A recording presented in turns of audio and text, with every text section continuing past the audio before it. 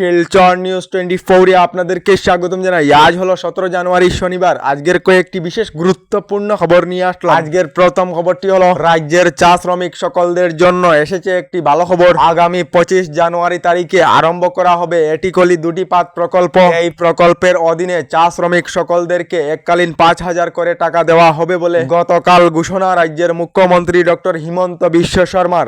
এদিকে রাজ্যের শিক্ষার্থীদের জন্য এসেছে একটি ভালো খবর। আগামী 10 ফেব্রুয়ারি তারিখে স্নাতক এবং স্নাতকোত্তরের শিক্ষার্থী লাভ করবেন প্রতি মাসে 1,000 এবং 2,000 করে টাকা বলে ঘোষণা রাজ্যের মুখ্যমন্ত্রী ডক্টর হিমন্ত বিশ্ব শর্মার। এদিকে আজ গৌহাটি সরুসজাই স্টেডিয়ামেতে বাগরম্বা নৃত্যের ঝলমলে প্রদর্শন। বিশ্ব অভিলেখের জন্য আজ অনুষ্ঠিত হবে বাগরম্বা নৃত্য ঝলমলে প্রদর্শন। বাগরম্বা নৃত্যেতে অংশগ্রহণ করা প্রত্যেক মহিলা শিল্পীকে দেওয়া হবে 25,000 করে টাকা বলে ঘোষণা রাজ্যের মুখ্যমন্ত্রী ডক্টর হিমন্ত বিশ্ব শর্মার। এদিকে আজ উত্তর পূর্বের রেলযাত্রাতে নতুন সংযোজন। কামাখ্যা থেকে হাওড়া স্টেশন পর্যন্ত চলবে Vande Bharat sleeper express. Howrah station থেকে এক সময়ে যাত্রা আরম্ভ করবে দ্বিতীয় খান রেল। হাওড়া স্টেশনেতে ফ্ল্যাগ অফ করবেন দেশের প্রধানমন্ত্রী নরেন্দ্র মোদী এবং গৌহাটি কামাখ্যা স্টেশনেতে ফ্ল্যাগ অফ করবেন মুখ্যমন্ত্রী ডক্টর হিমন্ত বিশ্ব শর্মা। এদিকে আজ অসম সফরে আসছেন দেশের প্রধানমন্ত্রী নরেন্দ্র মোদী। প্রধানমন্ত্রী নরেন্দ্র মোদী সরুসজাইতে বাগরম্বা নৃত্য ঝলমলে প্রদর্শনী অনুষ্ঠানে অংশগ্রহণ করবেন এবং আজ প্রধানমন্ত্রী নরেন্দ্র মোদী বিভিন্ন প্রকল্পের শুভ উদ্বোধন এবং শিলান্যাস করবেন বলে খবর এসেছে। এদিকে নির্বাচন কমিশনের বিরুদ্ধে মহারাষ্ট্রতে ভোট চুরির অভিযোগ কংগ্রেস নেতা রাহুল গান্ধীর। নির্বাচন কমিশনের কার্যকে রাষ্ট্রবিরোধী আখ্যা দিলেন কংগ্রেস নেতা রাহুল গান্ধী বলে খবর এসেছে। এদিকে বাংলাদেশেতে আবার হিন্দু সংখ্যালঘুর উপর আক্রমণ। আবার বাংলাদেশের সিলেট জেলাতে জ্বালিয়ে দেওয়া হয়েছে সংখ্যালঘু হিন্দু শিক্ষক বীরেন্দ্র কুমারের বাসগৃহ বলে খবর এসেছে।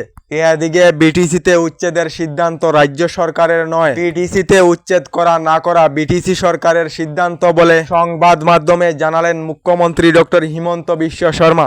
এদিকে আগামী 1 এপ্রিল 2026 থেকে রাষ্ট্রীয় সড়কেতে থাকা টোলগেটেতে নগদ লেনদেন বন্ধ করা হবে। এর পরিবর্তে ফাস্ট্যাগ অথবা ইউপিআইর মাধ্যমে টোলগেটেতে ট্যাক্স আদায় করতে পারবেন বলে কেন্দ্রীয় সরকার থেকে জানানো হয়েছে।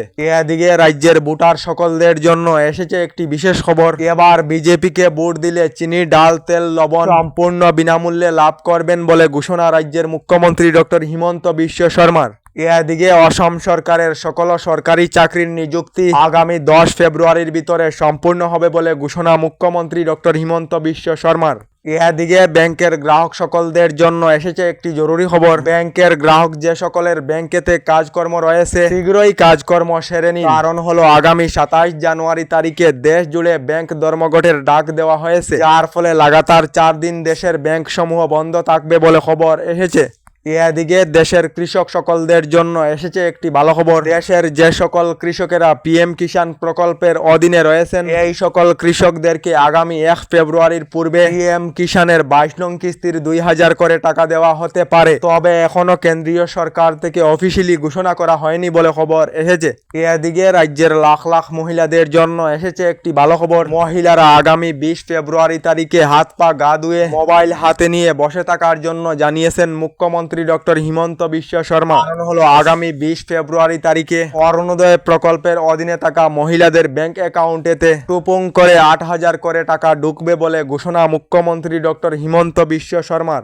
এদিকে এখনো পর্যন্ত সরকারি গড় লাভ না করা সকলদের জন্য এসেছে একটি ভালো খবর। রাজ্যে নতুন করে আরো 30 লাখ পরিবারেরা লাভ করিবেন নতুন সরকারি গড়। ইতিমধ্যে প্রস্তুত করা হয়েছে সরকারি গড়ের নতুন হিতাধিকারীর তালিকা। প্রথম পর্যায়ে জিওট্যাগিং সম্পূর্ণ হওয়া প্রায় 3,25,000 লোকেরা শীঘ্রই নতুন সরকারি গড় লাভ করবেন বলে ঘোষণা রাজ্যের মুখ্যমন্ত্রী ডক্টর হিমন্ত বিশ্ব শর্মার। আমাদের ডেইলি খবরগুলি ভালো লাগলে আমাদের ভিডিওতে লাইক দিয়ে চ্যানেলটিকে সাবস্ক্রাইব করে নেবেন।